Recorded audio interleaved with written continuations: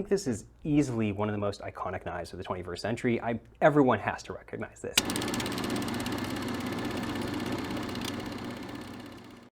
My name is Kevin, and ordinarily you would find me on my own YouTube channel called Knife Nerdery, where I try to take a design and engineering approach to looking at knives and knife mechanisms. But today I'm incredibly fortunate to be here in the CRKT studio, sitting next to none other than Joe Caswell. And if you don't know who he is from his name alone, I guarantee you'll recognize this. This knife that you designed, the Provoke, is so weird in the best kinds of ways and just different looking that I think this is easily one of the most iconic knives of the 21st century. Everyone has to recognize this. And if there's somehow someone at home that hasn't seen this before and just saw that happen, their mind got blown a little bit, I'm sure. Today we're going to take a look at how this all got started, from the original prototype to the finished product, and explore the evolution of the Provoke family. This is the final version of CRKT, but the Provoke started as this. Okay, so I think you have to use your imagination. One of the very first things we need to do before we get anywhere is just like explain to people what a karambit is. Mm-hmm. And so, I mean, this is a karambit. Mm-hmm. This is a folding karambit, and it's a very specific kind of folding karambit. Mm-hmm. Not really folding so much as morphing, but right. This shape mm-hmm. and this general form factor, a hooked kind of claw-shaped blade here, mm-hmm. and with a prominent ring on the back. Yes. And so this is something that came about initially as like an agricultural and utility tool, mm-hmm. like a miniature version of a scythe in Indonesia. Sure. Mm-hmm. And then because if you have this on you, and you're going to eventually at some point start transitioning this into being a weapon. Oh yeah. And so in Indonesian and Filipino martial arts, they started developing the usage of this as a purposeful part of their practice and their technique. Sure. But it's not limited there, and so the inspiration of this came from a completely different set of users. Can you talk through where did the idea for this come from? Who are you making this for, and what kind of problems for them were you trying to solve? Sure. Well, it all started when I was doing a lot of shooting, mm-hmm. and there was a place we were shooting that was populated almost exclusively by the local SWAT and sometimes some of the Navy personnel, and you get all kinds of guys running all kinds of kit. And some years ago, I noticed that these guys were all carrying karambits, and typical your Emersons and your Foxes and these sorts of things, and I was kind of curious, doing knives. Why? How do you use it? And again, more importantly, what do you like about it? What do you dislike about it? Right. And that set of guys were using it. How do I describe it? I mean, they're using it for general utility and also the potential weapon retention, depending on what who they were. The military is not so much, but the cops, it is part of a weapon retention flowchart, or it could be. And but one of the things that they were all stuck on was how you open it. How do you open it from a fist? If you have one, and it's you're in an interview stance, and right. you're talking to somebody, you're engaging with a person, and you're not aggressing with this person. But you may have this in your hand if it's a sketchy situation, and you have options. But then, if things were worse, how do you go from there to a more assertive role without having to do this? And all their knives had the wave on them, because that was very, very popular. The Emerson wave. Yes, it's a hook at the back of the blade that allows you to catch it on your pocket as you pull it out to automatically deploy the blade on pulling it out. And it's a great system. This particular cadre of guys did not, were training kind of away from it because they figured it was high 80% success rate, depending on the pants. If you aren't really well trained in it, their whole philosophy was 100%. Or as close to 100% as you get. So they were training. Deploy the knife as you pull it, but they're saying it's only reliably deploying maybe 80% of the time, and they need a confidence thing that they know whatever they're doing is going to work guaranteed, and so they can't rely on it being. Right. So that's something that they mentioned. So they were training, believe it or not, to deploy the karambit, have distance, index, open. Okay. So they had a separate step where they're taking their hand away. Right, and you have to have the distance to do that. Yeah. And so that also eliminates the entire echelon of use where you might not want it bladed. Right. So the... like you might have this in your hand in case things escalate there, but there's so many steps in before, like ideally you never escalate there. And so there's so many... Even if things get physical, there are ways that you can use the thing if it's closed that are not not blades. bladed. Exactly. Oh, exactly. But if you're having to open it up, and especially if you're having to open it up as a precursor step, you completely lose that. It's gone. And so so there was that, and the other one happened actually at pretty much the same time. You have to get this picture. You got these guys standing around, and they've got their machine guns and their stuff, and they're kitted for the most part. And somebody saw I was a knife guy, and they had to show me their latest little karambit. And I don't remember which one it was. It was a production knife, but it was very nice. I mean, it was beautiful, and it was very, very thin and sleek. And I had never really even touched one of these. And so I pulled it out, and I noticed immediately it was a frame lock. And I'm just thinking out loud, and I was thinking, I said, this is really great. The only thing that would worry me at all is that being a frame lock, So the closest thing we have here is a liner lock. When you're holding this, yes, you have your flesh on the lock bar your itself. fingers are touching that. Right. Which is it? But then you take it another step by knowing that what can happen with a poorly designed liner lock is if you torsion like this, so if you you're can twisting. Yes, you can sometimes get them to unlock just from twisting. And like your hand, like especially if you have any kind of access to it, your hand is capable of pushing that over. Like I'm pushing that over right now with my finger, and I'm not intending to do that, but in a kind of you're fighting and struggling motion, and doing all kinds of stuff. you and can accidentally unlock that. Yeah, and that to me came off as a detriment, an inherent design detriment by bringing a liner lock or frame lock technology into a karambit. Right. Though people talk about how on a frame lock that your grip strength is holding the lock bar in, but people overlook the fact that twisting motion, which you're not normally doing with a lot of knives, just because you're usually doing a pushing or pulling kind of motion, but in a combat type situation, you're doing all sorts of type of stuff that is not normal, just forward, backward. Exactly. And you don't, the big thing is you don't know. You don't know. And so, And the results of it are pretty devastating, because if you lose your lock and this thing's closing, like let's say you're pulling somebody or something from because using one of the left techniques side. of this is using the backside of this to catch and pull. Oh yeah, totally. So you're specifically putting closing pressure on the back On of a the liner spine. lock, you're using the liner or the frame as a stop pin. Right. Which is also sketchy to me. Now, some of them, the better ones are quite good. I mean, they you can't do this to them. But to go back to the story, I'm standing there with these guys around. They've got all their stuff, and I'm just thinking out loud. And I said, the only thing that would worry me is if I did one of these, and it goes whoop, it just opens up, and they're like, oh my God, that thing's a piece of crap. So you accidentally demonstrated your theory right in front of them? Right in front of them. And I really was only kind of even just seeing if it would do it. I wasn't struggling either. And it was from the torsion of the frame. Now, many of the other ones I have encountered resist that. I have a Fox that is very difficult to, I don't even know if it's possible. You'd have to really do it. So there, some of the better makers have addressed some of that. But the thing is, that's still you're using it as a stop pin, which I find suboptimal. So those were the criteria going in was how do you deploy from a fist, one-handed, right? And how do you make it so it doesn't cross the blade? Preferably does not cross your fingers. Yeah. Yep. The pivot axis isn't going to imperil your fingers. And that was this, and that's not without this around to look at. That's kind of a hard thing to countenance, and it took a long time. I tried different things. That's why I had different versions of this thing. But it occurred to me somewhere along the way, and this thing sat on my desk for probably 2 years. Right, so this is literally the initial really, really crude prototype that you made. When you're just trying to see if something's even possible. You're pulling things down out of the ether. You don't want to spend a lot of time developing At some point, something. the idea of like a 4-bar linkage popped into your head, and you're like, well, wait a minute. And actually, I wasn't even thinking, oddly enough, I really wasn't even thinking it as a 4-bar linkage. It occurred to me afterwards that this is a 4-bar linkage. Because I'm thinking of these other components. I'm not even thinking about the way the arms, I wasn't thinking that way. But yeah, so this, you have to like squint your brain a bit and use your imagination. Because it's not that hard. So you can kind of see how,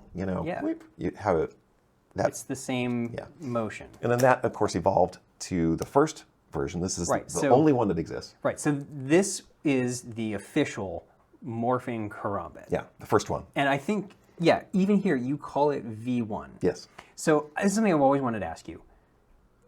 Do you just call everything V1 when the first time you do it, or did you know you were going to evolve this, and that's what made you call it? Because V1 implies more. Well,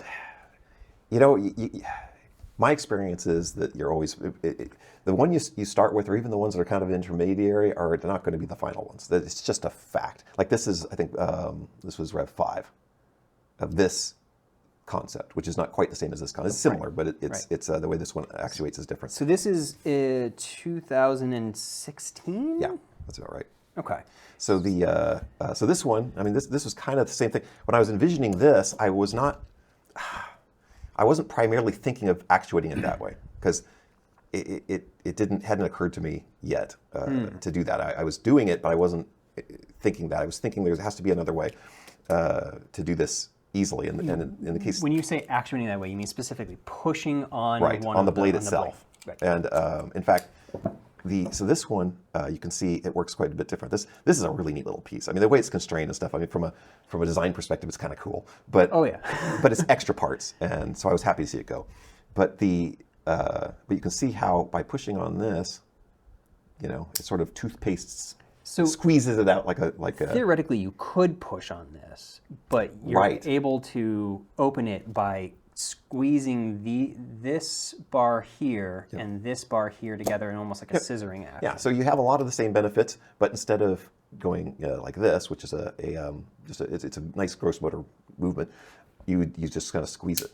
All right, do that again facing these, because I want people to see that, because this does operate differently, and if people aren't familiar with this is a different design. Yeah, do whatever you're doing, and then you, instead of flipping down, you just kind of squeeze, almost like from a fist. So you like kind of make a fist. Right. And one of the downsides to that is that this squeezing together, which means that if you were to put impact on this, well, it depends on where it your doesn't, because force the is. angle. You notice the angle? It's making a fist, but from up here. Okay, so From you would here, need you to can not still have force coming down this way, but you can have force that way. Yeah. Okay. It would work. But you'll also notice one of the things we ran into, I showed it at USN that year. And you won that was, awards there. that Most innovative design. No, what do they call it? Something very similar to that. Yeah, that was this one. And then, but one of the things I noticed, I mean, thousands of people were playing with this thing, and Most unique design. I noticed that one of the things that happened is they were having a hard time intuiting the takedown. Opening was a piece of cake. Taking it down was opening. You could accidentally do with enough poking at it if you're just trying to. If you have no clue that it does open, eventually you will get it open. Sure. Closing is less intuitive. Right, and I mean, I kind of liked how this worked, but it's one of these things where, from a design perspective, like, that's some nice thinking, but then it's like it's not a great solution. So you have to, so it must die. There's a cleverness to it, but maybe not an intuitiveness to it. Oh yeah, definitely. So this is like a double lock type concept. So in this case, the bar is being constrained by this whole feature on this piece, which pivots against the frame. The way you take it down, but then it has to hold. It has to be locked into that position, because if you think about it, you could unlock it very easily if you're using it. So it has this little flexure which opens up, and then it moves out of that position, and then you close it. And darn it, the only people who intuited this thing the first try was this. There was this Danish kid who had to be some kind of savant. Long hair. He just figured it out instantly. He just looks at it and goes. I mean, when you consider, many hundreds of people just being baffled by how to close it, and even after you show them numerous times. So that and Gavin Hawk, of course, which is like instant. If you don't know who Gavin Hawk is, like Google him. But mechanical genius, that he is. And he spent his entire life with his dad being soaked in this kind of mechanical thinking. Yes. So like, if there is anyone that's going to think of it, it's going to be Gavin. I wasn't surprised. Right. So, but yeah, no, Gavin's great. But so that required a revision based on that I thought was going to be relatively easy, but it took 12 months. And I showed exactly 12 months later at the same show. I mean, I literally screwed it together the day before leaving for the show, after getting parts back in DLC and stuff. And and then that was the most unique design that year too. So it was kind of funny that one's derivative of the other. And it was, but it's different, and it's so the 2016 most unique design and the 2017 most unique design were both for the morphing karambit. For one is for V1, and one is for V2. Right. So this segues into you creating the MKV2 product that was originally done as a Kickstarter, in 2018, April 2018, and you were using Millet Knives in Idaho as an OEM for parts or No, full well, the pieces, idea or was- how does this work? Yeah, that again, it's the same kind of thing as how I wasn't going to make 1,000 of these Right. in my shop alone. So we decided to do the Kickstarter thing early on, and actually I'd already had the ball rolling You said before. we. Who's we? Well, I say that the royal we because all these decisions. I mean, none of this stuff really kind of goes to very far without input from my wife. Right. I was going to She's ask the you, when you're partner, making man. decisions about like how to bring a product forward, is this you're a home single person business, but you're a partner with your wife. Like, how much is she contributing she's- to these well, decisions? It's hard to overstate the fact. If you like this, you gotta thank her because this would never ever have come about because of all this other madness that she put up with all that time and supported. And even when I was like, what am I doing? I should go back to journalism. And she kind of was always there. It was very, very important. And but that, Okay, I sidetracked us. Yes, that's so, a sidetrack, but- So you guys made Yeah, the we- decision to do a Kickstarter for this because Yes. you're not going to be able to make 1,000. no, and I don't want to. I could, but I definitely wouldn't want to. Yeah, that's something I like designing things. I like building systems. I hate then running those systems. Oh, I yeah. find that boring. So Oh, it's designing this is incredibly cool, but then making 1,000 of it would get repetitive so quickly. It is. So that's the thing that happened with these guys. You're doing only in the hundreds, the many hundreds, but I didn't do 1,000 or more because it just kills your soul doing the same thing over and over again when you really should be developing the next thing. And when do you have time to develop the next new thing if you're doing Right. that? So the Kickstarter was. I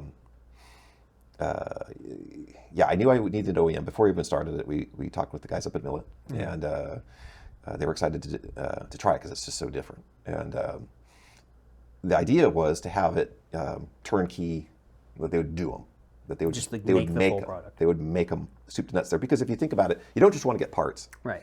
If you've ever made anything before, just buying the parts and then thinking that it's going to be we'll just screw it together. Assuming they'll fit together. That's the hardest part is the fit. That's the bottleneck. Making the parts on a machine is no big deal. Having this knife sing when it comes together, that's the hard part. So definitely I wasn't going to make that mistake. And the people making the parts have to be the ones who feel the pain of assembling them and having them together so that everything gets fixed and tweaked and everything so you can get there. Right. And we ended up doing the Kickstarter, and it was very, very successful. And Yeah. I see here that in my notes you had like, wait, I gotta actually find my number here. You had 350K worth of things with 766 total ordered and like 460 backers, and so some people are buying multiples. Like, this was very popular. Oh yeah, well, and then that was just for the period of time, however long you had it. Yeah. They sold a bunch after at a higher price. Yeah. The thing that keeps going, How many were made, period? just under 1,000. Okay. These are very hard to come by. And They show up every were, now and then, though. Every now and then. They do, and they show up for freaking $1,200 minimum typically, and they blink away at that price. Yeah. So at Kickstarter, if I recall correctly, the Kickstarter price of this was I think $450, and retail was $650. Right. So there's like a pretty significant reason to get in the Kickstarter. $200 is a lot, Yeah. but you made them available at retail price afterwards. You know what the funny thing was? I heard more complaining about $450 than $650. Yeah, Once there's a certain price point where above that, people are like, "Well, I'm in for this." for a Like, penny it's of and the price is really, really important. I mean, it's a custom level knife. It is really, really good, and it's as good as the handmade prototypes I had in my shop, and in some ways a little better.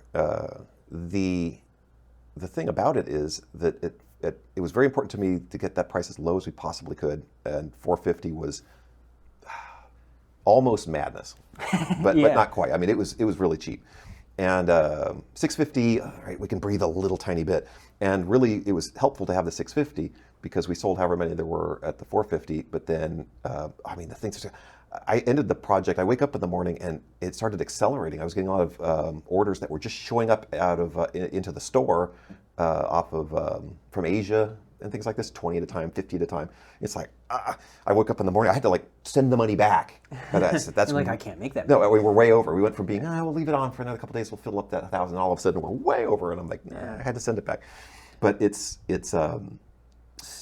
was an exciting project. We had some troubles. Timeline-wise, the Kickstarter was in 2018. Yes. If anyone has ever contributed to a Kickstarter, they know that there is often a very long delay because the funds are literally what allows them to kick off the process. Right. And so these were being delivered to people starting in 2019, ending in 2020. Yeah. And so this is a process that went on for a while. But in the middle of that, you somehow, and this is one of my like biggest questions, is just like somehow you got connected with CRKT. How did that happen? How did when you decided to do a production type version of this, were you also thinking in your head about licensing the design and how? Oh yeah. Oh definitely. Definitely. Because Did you approach CRKT or did they approach you? yeah, I was at the OSN show when this was won the best whatever it was, best innovative or whatever it was, most unique, I think is what they called it. Most unique. The and Doug came up. Doug Flagg.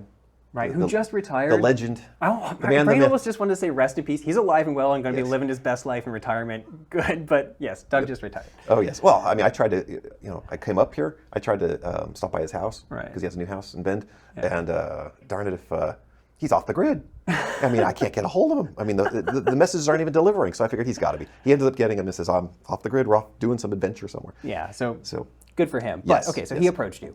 he did, and he introduced himself, which I knew who he was. I mean, we had actually talked before, but I guess he'd forgotten. And he said, that they're very interested and this sort of thing, and to think about it. And So if you guys don't know Doug is someone that is very, very interested in mechanical innovation and bringing innovation to the market. And so it's not surprising me in the slightest that when he saw this, he was like, I'm going to be talking to you. he was kind of legendary. I mean, he was important in bringing on Ken Onion's SpeedSafe to Kershaw. He was the one who went to Ken and said, "Let's make it." We needed this to be a production thing. That's right, and then working that out because that was not a small feat. Right. And so they did, and they flew out to my place. Him and Rod visited my place, and we showed him around, and we talked about it, and So they start trying to woo you and say, hey, we want to do a production version of this. And was this before or after you, I guess if that happened at USN, it would have been before that you actually started the Kickstarter yes. for this. Well, the Kickstarter was already. It wasn't. You were launched working yet, towards it, but you're it was. right. I mean, the video was done. There was a plan. So in your head, were you thinking of this as like two separate venues? Like we're doing not to be disparaging at all, but like a budget version versus a custom version? Or were you thinking of this as like, this is a limited time thing that I know I'm not going to be able to do forever, or is this something that can live on in perpetuity? Sure. Or Well, exactly. I mean, when it happened, it was first of all, I told them early on that I was planning on doing this Kickstarter, and they were fully supportive. Like, go for it. Oh, and cool. they didn't see it as a conflict at all, and it's American made. Everything is custom level. From the materials to the finishes, everything's super expensive. That any production version isn't going to be a custom. right. You want it to be a very, very good tool. Right. You want a good production tool that is affordable that people can use, and for those crazy people like us who really can even care about the details that make the difference. I wanted some stamp of one that is like the original. The sort of like a benchmark kind of thing. Though I'll tell you what, I have to say, as much as I love these, I don't carry these. I can't afford it. I carry those. I love the phrasing of that. It's true. So at a glance, these are tremendously similar. Like they look They're very similar.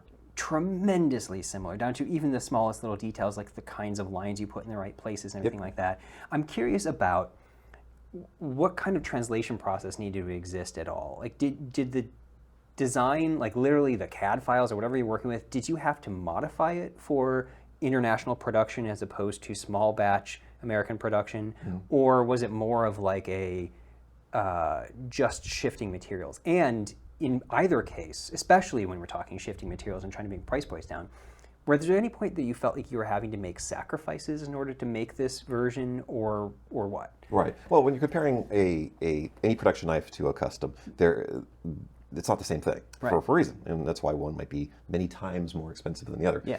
The question is which which changes are you making, and do they matter that much to Right. the end user, or at all for that matter?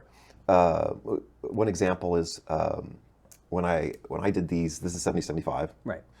with the Type 3 hard anodized. They wanted to use 6061. 6061 is These are different alloys of aluminum. aluminum. Yeah, 6061 is like the typical aluminum you'll see in your just around wheels. They make them out of for your car. Right. They call it aircraft grade aluminum. It's used Right. in all kinds of stuff. It has great properties, and it was It- used in the it aircraft does. industry. But there are better, or Stronger there are materials. alloys with different properties that would be better suited for different use cases. Exactly. And the 7075 is roughly as strong as mild steel, Right. which is stunning But to me. wildly light in comparison. Oh yeah, I mean it's kind of stunning. It's kind of magic stuff. It is, and I love it for that reason. It's not very sexy compared to like Damascus or something, Right. but it's still it has tremendous price. This is why they use it for like AR components. You have the uppers and lowers and stuff. It's 7075 with Type 3 hard anodized. Because one of the advantages too is not just its superior strength for weight, but once coated with a Type 3, it is a legit bearing surface. You can Right. slide stuff on there forever. Yeah. And it's not just going to rub off. Right. And It's like Type 3 hard coat. When they say hard coat, like it's actually a hard material that has durability to it. Yeah. That it's meant for. yeah, it's a thicker film. It's like Type 2, but it's just more, and it holds up. And it's like the Type.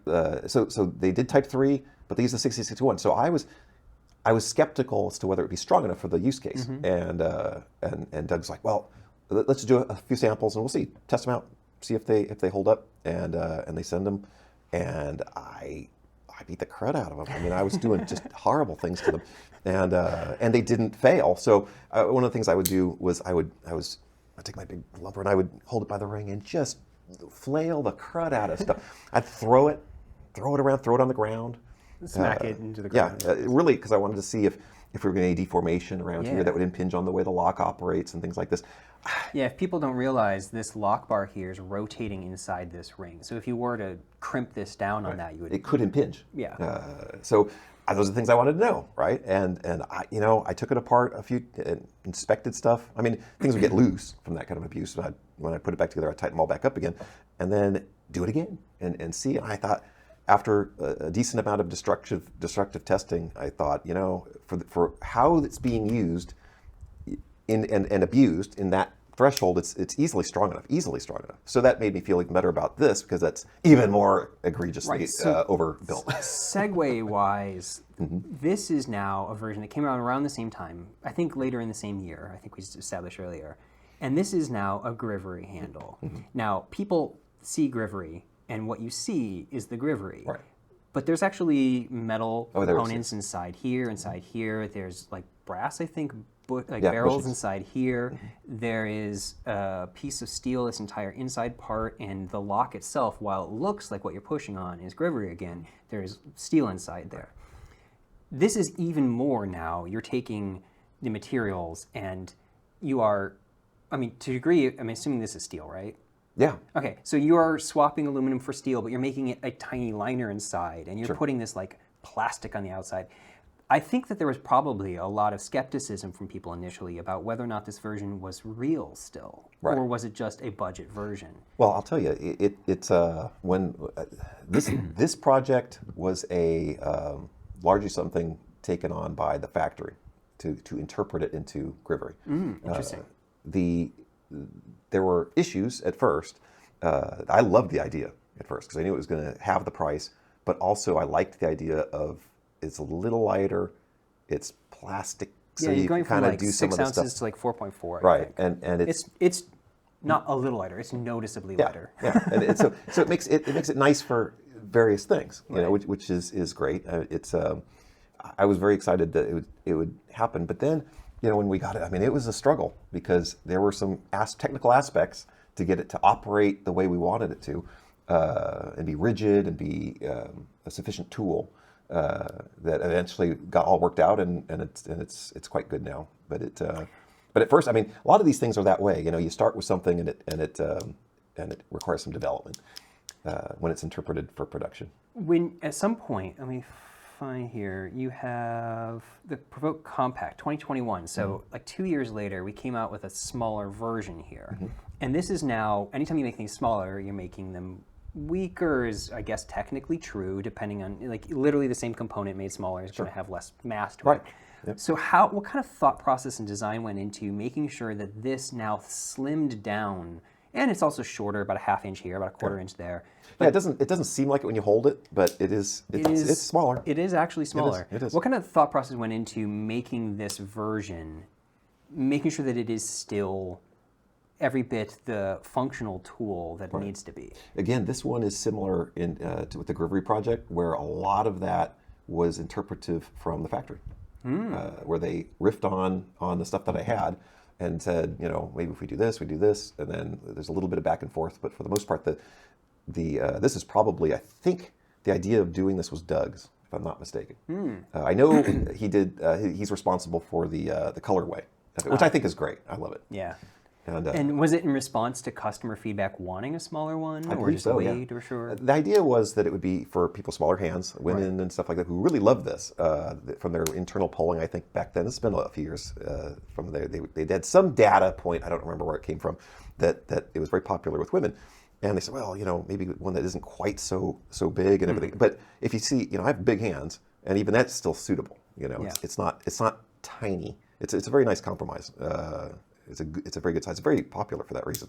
It is, again, like you say, thinner, a little easier in the pocket, but pretty much does the same thing. Yeah, our blade stock on these things started off pretty high. We're talking, what do I have here? 0.21 down to 0.14. So this is 0.14. I mean, when you talk about like super thin slicing knives, that's still thick. Yeah. But that's a lot thinner than this. This is like a big old chunk. It is. Material-wise, so this is still aluminum. These blades are in, I think, D2. No, and on these versions, it's, I think, 1.4116 or X50 CRV.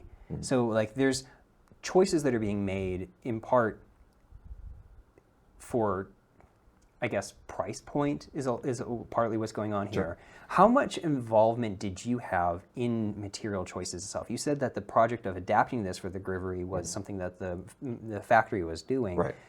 Were you involved in the choice of like Grivery itself as opposed to a G10 or something like that? Oh yeah, no, I knew. They told me it was Grivery. They had the idea of doing it, and I was like, let's do that. That's a great, because I didn't know it was possible. And to design around that is a different thing. It's like I don't know this process and how it's done, how they capture the steel subframes and just what the technical requirements are of that technology isn't something that I'd want to speculate on, not knowing it. So from that perspective, that's largely what they were doing. When it came to the D2, I mean, there's certain things that are possible for what they want to do. D2 is a decent choice it's a very good choice actually for the for this application. If it was up to me, and this is why I'm not in charge, it would all be 3V or something like that, because just like the ones we made were 3V, right? But it's a much more expensive material, and the question is, the D2 I found in my own use, because like I said, I carry the Provoke more than I carry my Custom, to sort of outperform expectations. It really has for me. It holds an edge well. It's not prone to trouble. I mean, I've never seen. I'm sure it exists somewhere out there, but the tip isn't prone to break off. Which some of that's design, the way the tip is designed. But some of it, the material has to be up to snuff.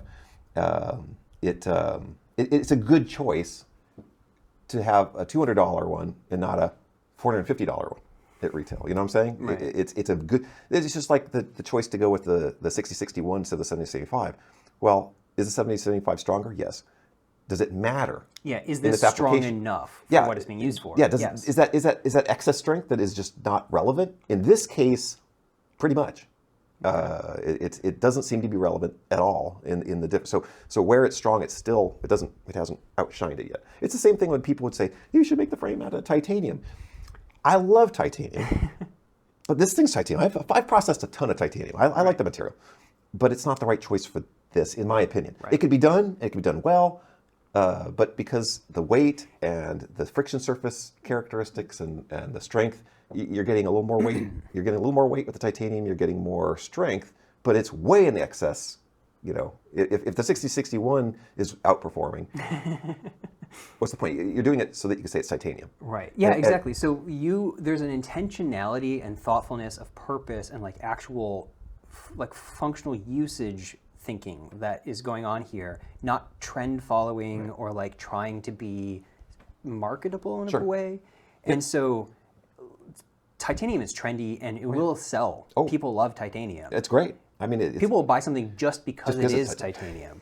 Indeed. So it is a bit of a gamble, but when you make something that is so incredibly novel, like I think you had to know that this was going to sell no matter what. Well, I mean, when we first showed this one, the guys at Knife News had done a little blurb on it, and the response to it was just outrageous. In fact, one of the things that had happened, I just before leaving, again, I just finished this one too the day before going to the USN show, and I published on my little Instagram, which at the time only had a few thousand followers, a short little clip of it working.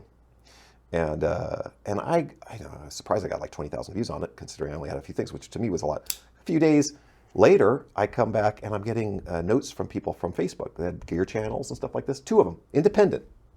And one of them says, I think you should see this. And they showed me his screen grab of the traffic to his stories, his various stories, because he just took my video and just put it on his thing.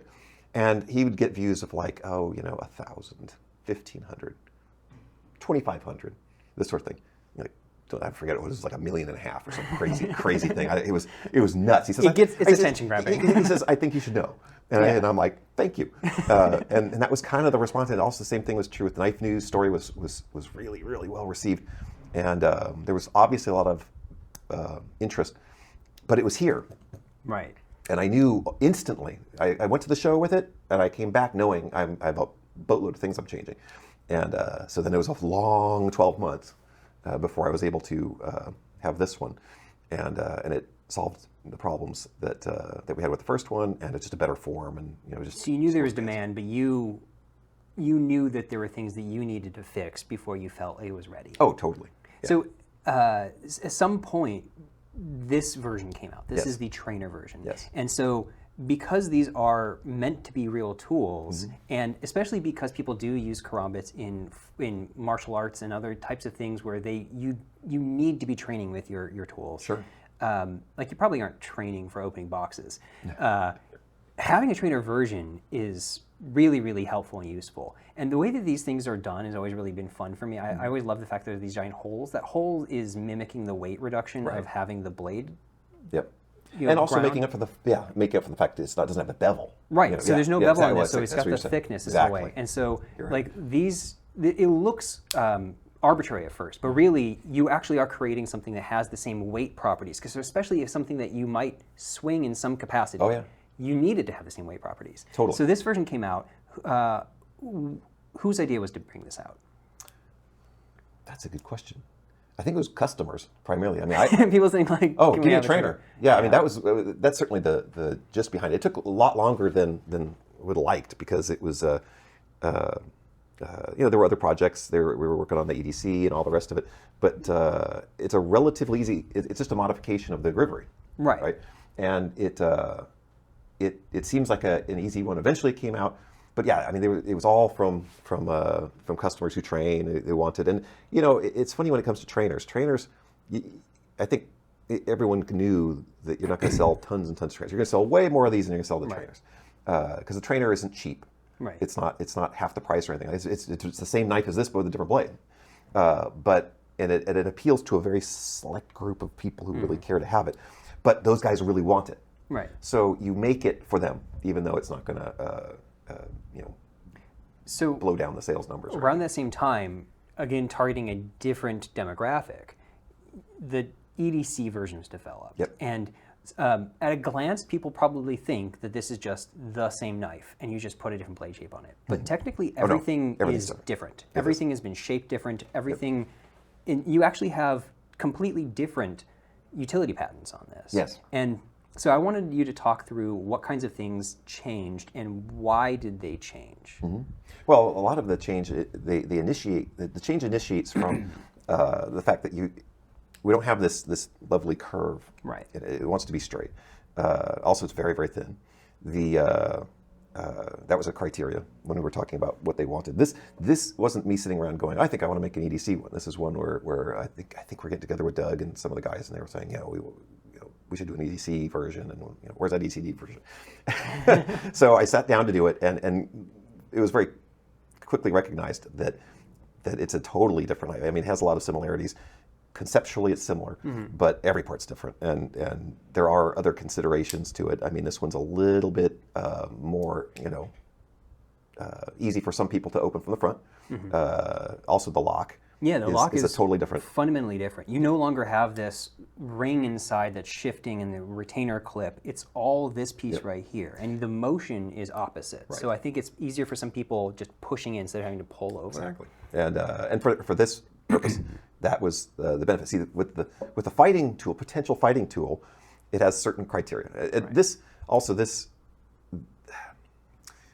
is not going to be accidentally unlocked. Right. There are guys who do it single-handedly and stuff, but it takes some dexterity and practice in order to. They do a thing where they'll flip it out and then also flip it back in at the same time. And you want to make sure that no amount of pressure anywhere could unlock it. No, and this particular, the way the lock works too, it is designed to be a stop pin, right? I mean, it'll take absolutely as much pressure this way. It doesn't really matter. It's a complete solid block between a lug on the back of the arm, right to this large ring on the inside. Right. And that's helpful too, that it's not a tiny little pin, because you have this surface like this, these surfaces are like this. It's if you think about the way the movement is, instead of a little pin where it's like, right. It's the distributing pivot it point is across the different. entire thing. The loads are distributed right. very favorably.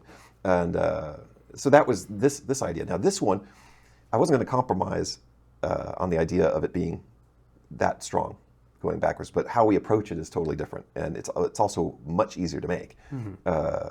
It's way less complicated machining and everything. Very much so, and you could argue, well, it's a little less. If you're fighting with the thing, it's a little. I mean, it's still not easy to get to accidentally. Fighting with your EDC knife, then something has gone wrong. yes, and I mean, it's a little easier to access than that one, and it's on purpose.